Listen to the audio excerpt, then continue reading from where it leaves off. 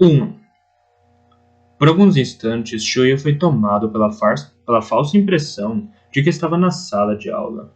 Obviamente, aquela não era a sala de aula habitual da turma B do 9º ano, mas havia ali um estrado, um quadro negro de cor desbotada e, à esquerda, num plano mais elevado, um grande aparelho de TV sobre um rack.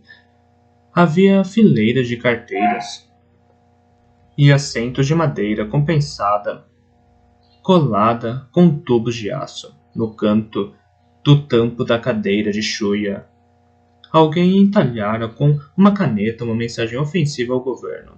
O supremo líder se excita vendo mulheres uniformizadas.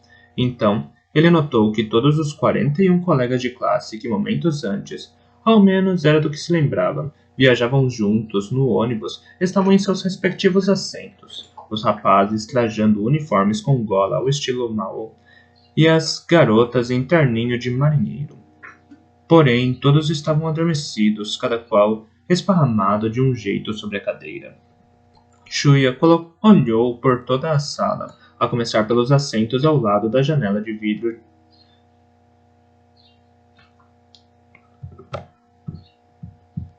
jateado do lado do corredor. Suponho que a disposição da sala fosse realmente idêntica à da escola. Aparentemente, ele era o único acordado. À sua frente, um pouco à esquerda e perto do centro da sala, estava Yoshitoki Koninobu, ao lado dele Noriko Nakagawa. E atrás de Yoshitoki estava Shinji Mimura, todos debruçados sobre sua cadeira em sono profundo. Ao lado da janela esquerda, Hiroki Sugimura desabara o corpãozinho sobre a cadeira. Foi quando Shuya percebeu, afinal, que a disposição dos assentos na sala era idêntica à dos estudantes da turma B do 9º ano da escola de ensino fundamental Shiroiwa. Também percebeu o motivo da estranheza que sentia. As janelas atrás de Hiroki estavam cobertas por algo semelhante a placas pretas. Seriam de aço? Elas refletiam friamente em sua superfície a luminosidade débil vinda das lâmpadas fluorescentes enfileiradas no teto. Mas mais à frente, depois das janelas jateadas do lado do corredor, elas estavam imersas em algo escuro, possivelmente também cobertas. Impossível discernir se era de tarde ou noite. Shuya olhou para o relógio de pulso. Os ponteiros indicavam 1 hora. Da manhã? Da tarde? A data era quinta-feira, 22, o que significava que, a menos que alguém tivesse mexido no relógio desde o estranho ataque de sonolência que o acometera, umas 3 horas haviam se passado e era a madrugada do dia seguinte ou já era a tarde do dia seguinte. Tudo bem, não importa. Shuya olhou para seus colegas de turma. Havia algo estranho. Claro que toda aquela situação era anormal, mas algo estava diferente. Shuya descobriu de imediato a razão. Ele notou que Noriko, debruçada sobre a cadeira, portava acima da gola do uniforme algo semelhante a um colar metálico prateado, bem justo ao redor do pescoço. Yoshitoki Koninobu tinha um igual, embora não fosse possível vê-lo com clareza por causa da gola ao estilo Mao. Shinji Mimura, Hiroki Sugimura, todos eles, enfim, exibiam esse objeto do pescoço. Então, num relance, Shuya tocou o pescoço com a mão direita. Sentiu algo duro e gélido. Não havia dúvida de que o mesmo colar envolvia o seu pescoço. Ele procurou puxá-lo levemente, mas estava bem apertado. Era possível que se soltasse. Quando se deu conta disso, sentiu-se sufocado. Coleiras! Coleiras! Merda! Como se fôssemos cães! Ele mexeu na coleira por algum tempo, até acabar desistindo. Começou a refletir. O que aconteceu com a excursão? Shuya notou a bolsa esportiva com seus pertences posta no chão, ao lado dos pés. Na noite anterior, ele enfiara nela a revelia, suas roupas,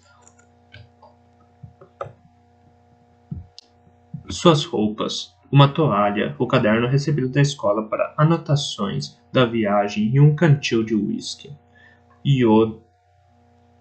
Todos também tinham suas respectivas bolsas ao lado dos pés. De repente, a porta ao lado do estrado abriu com um forte ruído. Shuya ergueu a cabeça. Um homem entrou.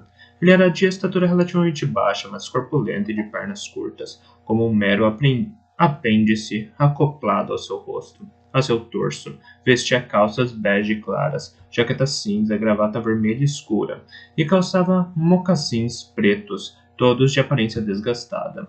Um crachá cor de pêssego indicativo de sua relação com o governo pendia da gola da jaqueta. Aquele do rosto era bem rosado. A pele do rosto era bem rosado. O que mais se destacava nele era o corte do cabelo. Eles eram lisos e iam até a altura dos ombros, como os de um jovem. Shuya se lembrou da capa de uma fita cassete de John Baez, numa cópia de granulado grosseiro, que ele comprara no mercado negro. De sua posição de pé sobre o estrado, o homem observou a classe. Seu olhar se deteve sobre o rosto de Shuya, um pouco mais ao fundo e o único acordado, supondo que tudo aquilo não fosse um sonho. Os dois se encararam por um longo minuto. Contudo, o homem desviou o olhar, talvez porque os demais estudantes estivessem começando a acordar, e suas respirações, um pouco tensas, se espalhavam pela sala de aula. Alguns deviam ter o sono pesado, pois se ouviam vozes tentando acordá-los. Shuya também examinou a sala de aula. Os olhos dos colegas de turma que começavam a despertar pareciam desfocados. Ninguém imaginava o que tinha acontecido. O olhar de Shuya encontrou o de Yoshitoki Koninobu, que virara o rosto em sua direção. Quando Shuya apontou para sua coleira, inclinando a cabeça, Yoshitoki imediatamente tocou o próprio pescoço e uma expressão de espanto despontou em seu rosto. Ele sacudiu atônito a cabeça para a direita e para a esquerda e voltou a olhar em direção ao estrado. Da mesma forma, Noriko Nakagawa olhou para Shuya vagamente. O rapaz só pôde encolher os ombros como resposta. Por fim, quando todos pareciam despertos, o homem se dirigiu a eles com uma voz entusiasmada. Estão todos acordados? Dormiram bem? Ninguém respondeu. Até mesmo Yuta Kaseto e Yuka Nakagawa, a estudante número 16, que eram os palhaços da classe, permaneceram mudos. Restam 42 estudantes. 2. O homem de cabelos longos de pé sobre o estrado continuou a falar, sorridente. Bem. Está na hora de eu dar umas explicações. Em primeiro lugar, sou o novo professor, Kinpatsu Sakamochi. O homem que se apresentou como Sakamochi se virou para o quadro negro e escreveu com giz seu nome, em grandes letras verticais. Kinpatsu Sakamochi. Que diabo de nome é esse? Considerando as circunstâncias, seria um pseudônimo? De repente, de uma fileira mais à frente, representante da turma, Yukie Utsume levantou-se e disse: Não entendo o que está acontecendo. Todos os olhares se concentraram nela, com o cabelo comprido formando um par de tranças. Yukie exibiu uma expressão tensa, mas seu tom de voz permanecia firme. Apesar de tudo, ela deveria ter criado em sua mente, mesmo que de forma um pouco irracional, a ideia de que todos teriam sofrido um acidente de trânsito ou outro evento que os deixara inconscientes. Nota: o nome faz referência ao protagonista do livro Sannen Bigumi Kinpachi Sensei, de Mieko Ozanai, cuja série de TV homônima estrelada por Tetsuya Takeda no papel de professor Kinpachi Sakamoto foi exibida pela rede de televisão TBS em 8 temporadas ao longo de 32 anos. Na série, o dedicado professor Kinpachi procura ajudar e aconselhar seus alunos lidando com temas próprios da adolescência, como bullying, gravidez precoce e questões de identidade de gênero, entre outros. Nota do tradutor. Yukie continuou. O que está acontecendo aqui? Estamos todos no meio de uma excursão escolar, certo, pessoal? Ela se virou e olhou ao redor, provocando o início de um burburinho. Que lugar é esse? Você também dormiu? Que horas são, afinal? Todos adormeceram? Droga, cadê meu relógio? Você se lembra de ter descido do ônibus e vindo até aqui? Quem diabos é esse tiozinho? Não me lembro de nada. Isso é terrível. O que está acontecendo? Estou com medo. Depois de confirmar que Sakamoto os ouvia serenamente, Shuya inspecionou a sala com calma. vários outros alunos permaneciam em silêncio. O primeiro estudante que Shuya notou foi Kazuo Kiriyama, sentado na diagonal atrás dele na fileira do meio. Ainda tinha os cabelos impecavelmente penteados para trás, e seus olhos calmos e sem nenhum brilho fitavam o homem no estrado. Kazuo não prestava atenção ao círculo de seguidores que se dirigia a ele.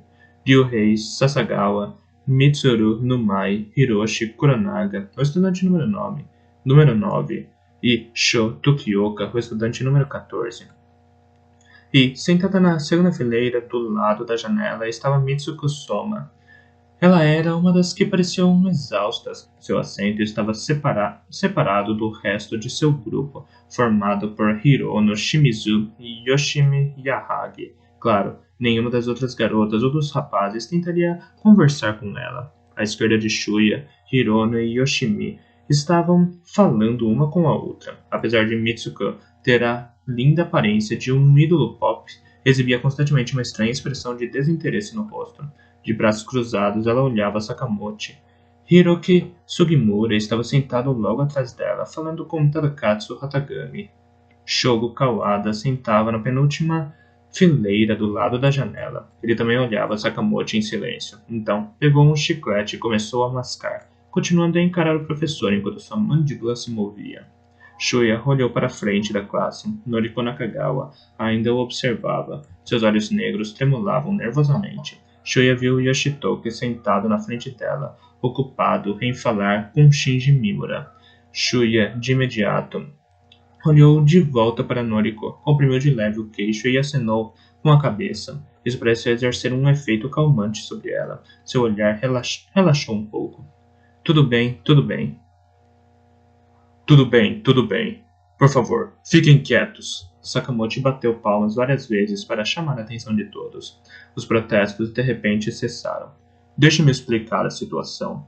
A razão pela qual vocês estão aqui hoje. Depois de uma pausa, ele prosseguiu. É para se matarem uns aos outros. Agora não houve burburinho. Todos ficaram paralisados, como numa fotografia. Shuya notou, porém, que apenas Shogo continuava a mascar o chiclete. Sua expressão não mudara nenhum milímetro sequer. Shuya pensou ter captado de relance um leve sorriso de escárnio do rosto do rapaz. Sakamoto continuou sorrindo e retornou. A classe de vocês foi escolhida para o programa deste ano. Alguém soltou um gemido. Restam 42 estudantes. 3. Nenhum estudante do ensino fundamental na República da Grande Ásia Oriental ignorava o que era o programa. Ele aparecia até mesmo nos livros didáticos a partir do 4º ano. Citaremos aqui um trecho mais detalhado sobre o que ele consta da Enciclopédia Compacta, compilada pelo governo da República da Grande Ásia Oriental.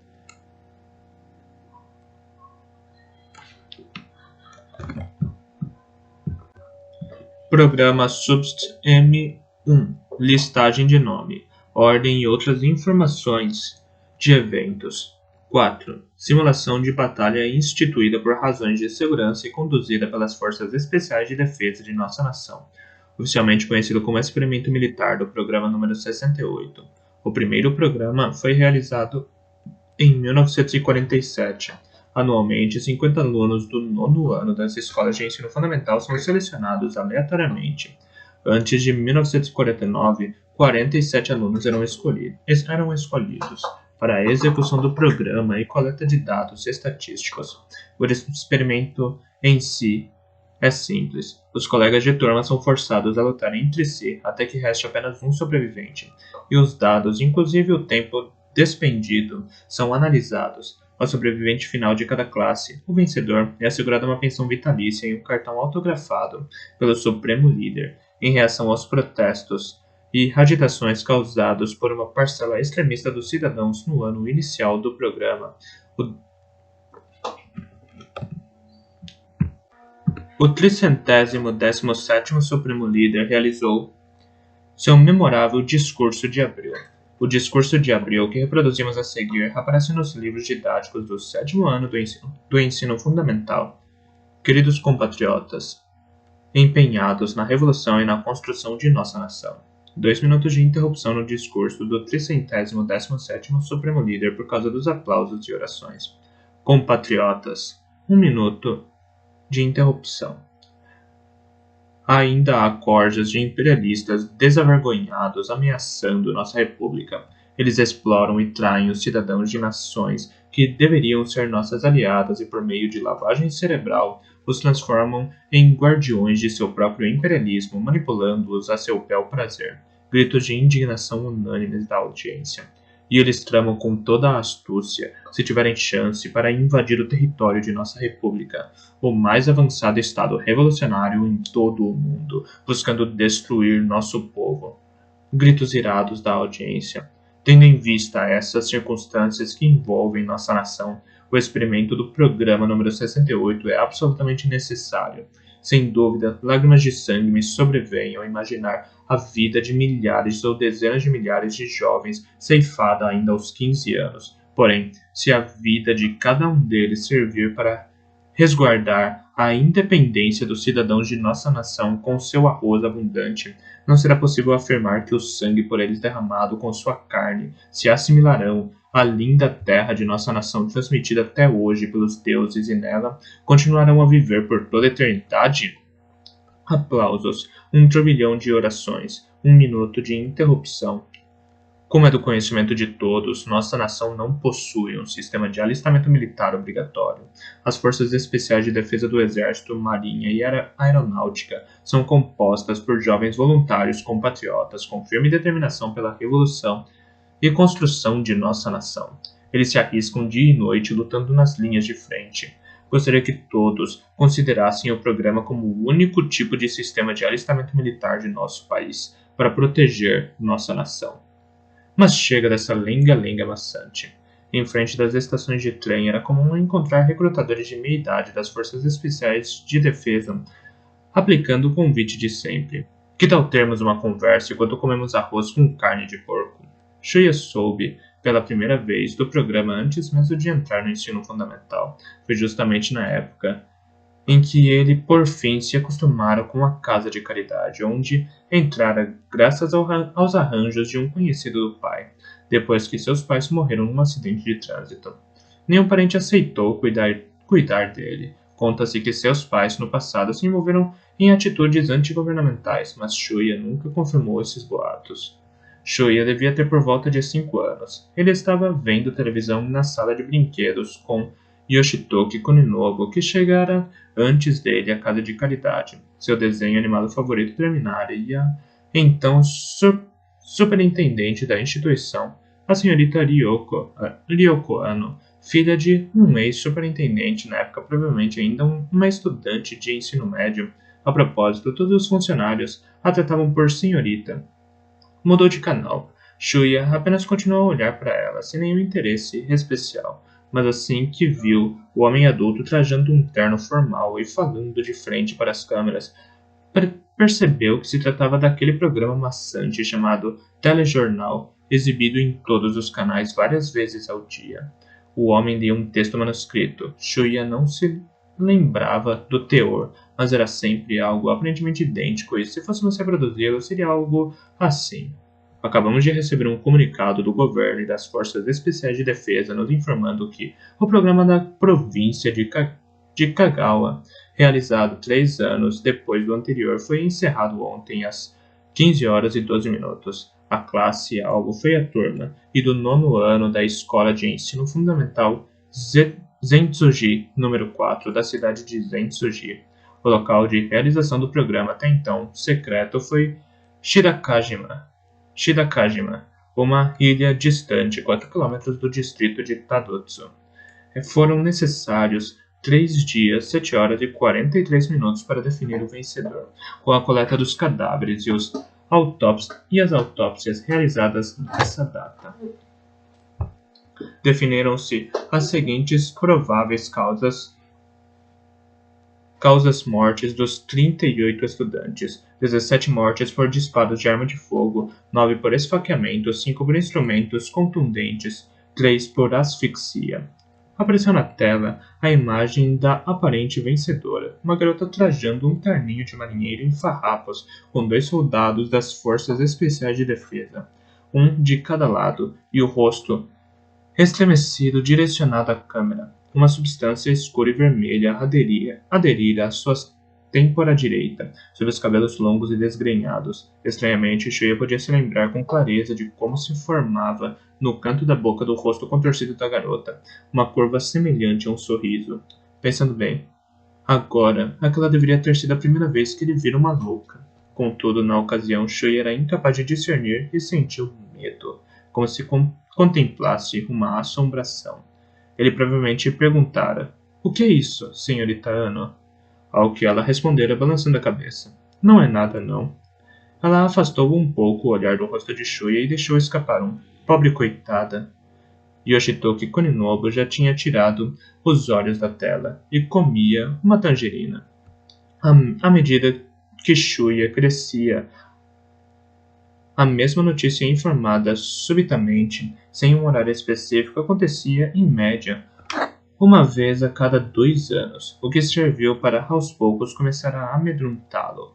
A todos os estudantes do último ano do ensino fundamental, as 50 classes, ou seja, no caso de turmas de 40 estudantes cada, um total de 2.000, ou para ser mais exato, 1950, era dada sem falta uma sentença de morte, e não se tratava simplesmente de serem mortos. Os estudantes deviam se matar uns aos outros até que restasse uma única cadeira. Sim, esse era o pior jogo da dança das cadeiras de toda a história. Todavia, era completamente impossível se opor ao programa. Não se podia ir contra nenhum ato praticado pelo governo da República da Grande Ásia Oriental. Então Shuya decidiu adotar uma atitude desafiadora.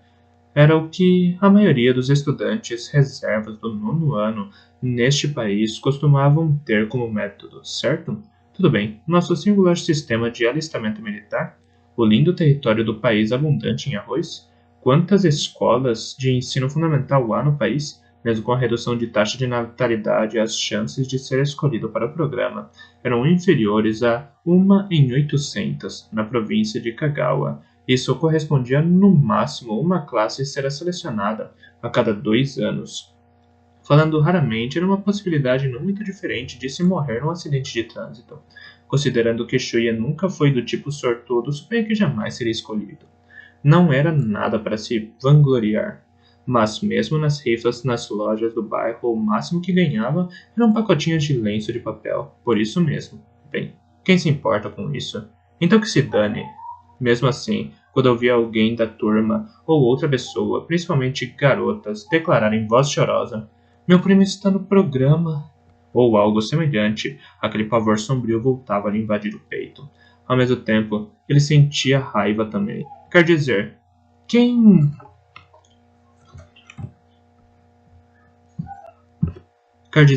quem tinha o direito de entristecer uma garota tão encantadora? Uma raiva desse tipo.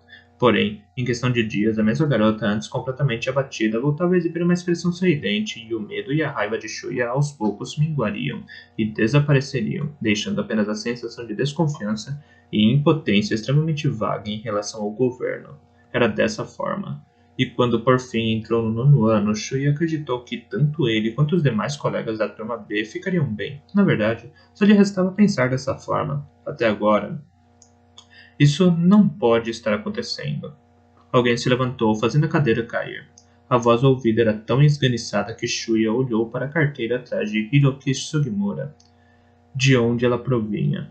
Era de Kyoichi Motobuchi, o representante da turma. Seu rosto quase ultrapassara a palidez, tornando-se cinza e formando um contraste surrealista com os óculos de armação prateada. Assemelhava-se a uma das obras em Skillscreen de Andy Warhol, apresentadas como a arte decadente dos imperialistas americanos que ilustravam os livros didáticos de arte. Alguns colegas de turma talvez esperassem por alguma forma racional de protesto manifestada por Kyoichi naquele momento, matar os amigos com os quais você convivia bem até ontem. Isso era algo impossível, devia haver algum engano. Representante, explique isso direitinho a eles. Contudo, Kyoichi falou algo completamente idiota. Meu Meu pai é secretário do meio ambiente do governo provincial. Não havia razão para a classe em que eu estou matriculado ser escolhida para o programa. Kyoichi disse apenas isso com voz trêmula, aparentando ainda mais tensão que o normal. O homem chamado Sakamoto sorriu com sarcasmo e sacudiu a cabeça. Seus longos cabelos balançaram. Vejamos. Você é Kyoichi Motobuchi, certo? Seu tom de voz era pegajoso. Você deve saber o que significa igualdade. Ouça bem, todos os seres humanos nascem iguais. O fato de seu pai ser um oficial do governo provincial não confere a ele nenhum tipo de regalia. O mesmo se aplica aos filhos dele. Ouçam todos com atenção. Cada um de vocês tem uma história de vida diferente. Alguns provêm de famílias ricas, outros de famílias pobres. Porém, essas são circunstâncias sobre as quais vocês nada podem fazer, e não são elas que determinam seu valor como pessoa. Portanto, Kyoichi, não se engane achando que apenas você é de alguma forma especial, porque você não é.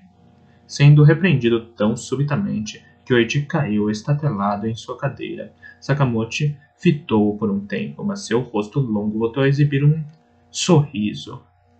Vocês aparecerão nas notícias desta manhã. Como o programa é um experimento secreto, os detalhes não serão divulgados até o término do jogo. E bem, vamos ver. A esta hora, seus pais já devem ter sido notificados. Todos ainda estavam estupefatos. Colegas de classe assassinando-se. Não pode ser verdade. Como? Vocês ainda não acreditam? Sakamoto coçou a cabeça com um olhar preocupado. Então se virou para a entrada e chamou calmamente. Vamos lá, pessoal. Entrem. Em resposta ao chamado, a porta corrediça voltou a abrir e 3 homens entraram fazendo barulho. Todos usavam traje de camuflagem e botas de combate e portavam capacetes de ferro com a insígnia cor de pêssego impressa na parte da frente. Eram soldados das Forças Especiais de Defesa. Tinham rifles de assalto pendurados aos ombros e Shuya podia ver a empunhadura das pistolas automáticas enfiadas no coldre preso a seus cintos. Um dos soldados era de estatura alta e seus cabelos desalinhados aparentavam excessiva falta de cuidado. O outro tinha altura mediana e um rosto belo e pueril. E o último, de jeito afeminado, não conseguia sobressair quando comparado aos outros 2. Exagerados, os 3 carregavam um grande saco preto de vinil grosso, semelhante a um saco de dormir. Várias partes do saco estavam estufadas como se ele estivesse recheado com abacaxis. Sakamoto se afastou para perto da janela para que os 3 homens pusessem o saco sobre o estrado. Ambos os lados do saco se projetavam bastante para fora do estrado, principalmente o lado virado para a janela. Talvez por seu conteúdo ser até certo ponto macio, Sakamoto anunciou. Permitam-me apresentar a vocês os senhores Tahara, Kondo e Nomura, que nos auxiliarão durante o programa. Senhores, por favor, mostrem a todos o que há dentro do saco. Tahara, o desarrumado, passou para o lado do corredor, pôs a mão no zíper com firmeza e abriu horizontalmente o saco. Algo estava encharcado num líquido vermelho. Ah! Antes que o zíper estivesse totalmente aberto, uma das garotas na fileira da frente berrou, acompanhada por várias outras. Vozes exclamaram, o quê? Enquanto carteiras e cadeiras se chocavam umas com as outras ruidosamente, um coral de sopranos preenchia a sala. Shuya engoliu em seco. Podia-se ver dentro do saco entreaberto o corpo do professor responsável pela turma B, Masao Hayashida.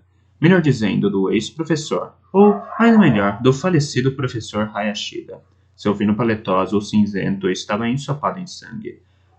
Restava somente a metade esquerda de seus grandes óculos de armação preta, razão de ser apelidado de libélula. Nada mais natural, pois afinal restava apenas essa metade da sua cabeça. Sob a única lente, o globo ocular semelhante a uma bola de gude vermelha fitava sem foco o teto. Em alguns pontos, sobre os restos dos cabelos, via-se grudada uma gelatina cinzenta, parecida com massa encefálica. O braço esquerdo, portando o relógio de pulso, projetava-se para fora do saco e pendia em frente ao estrado, parecendo aliviado por ter sido libertado de um espaço apertado. Os estudantes sentados na frente provavelmente poderão enxergar até mesmo o movimento da agulha dos segundos do relógio. Bem, bem, bem. Todos quietos agora. Calados! Calados! Silêncio! Vocês não sossegam, não? Sakamoto bateu palmas, mas os gritos estridentes das garotas não paravam. Subitamente, o soldado de rosto pueril, cujo nome parecia ser Kondo, arrastou a pistola. Shuya imaginou que ele daria um tiro de intimidação direcionado ao teto, mas em vez disso, agarrou com uma das mãos o saco contendo Hayashida e o arrastou para fora do estrado. Com a cabeça de Hayashida virada para cima, ergueu-a até a altura do próprio rosto. Parecia um pouco como o protagonista de algum filme de ficção científica em luta contra um inseto gigante. O soldado disparou 2 tiros na cabeça do professor. Pedaços do que restava da cabeça voaram. Sob o impacto das balas rápidas, os fragmentos de cérebro e ossos, justamente com o sangue, formaram uma névoa espirrando no rosto e no torso dos estudantes na fileira da frente. Quando os ecos dos tiros cessaram, quase nada restara da cabeça de Hayashida. O soldado jogou o corpo do professor do lado do estrado. Nesse momento, os gritos já haviam cessado por completo. Restam 42 estudantes.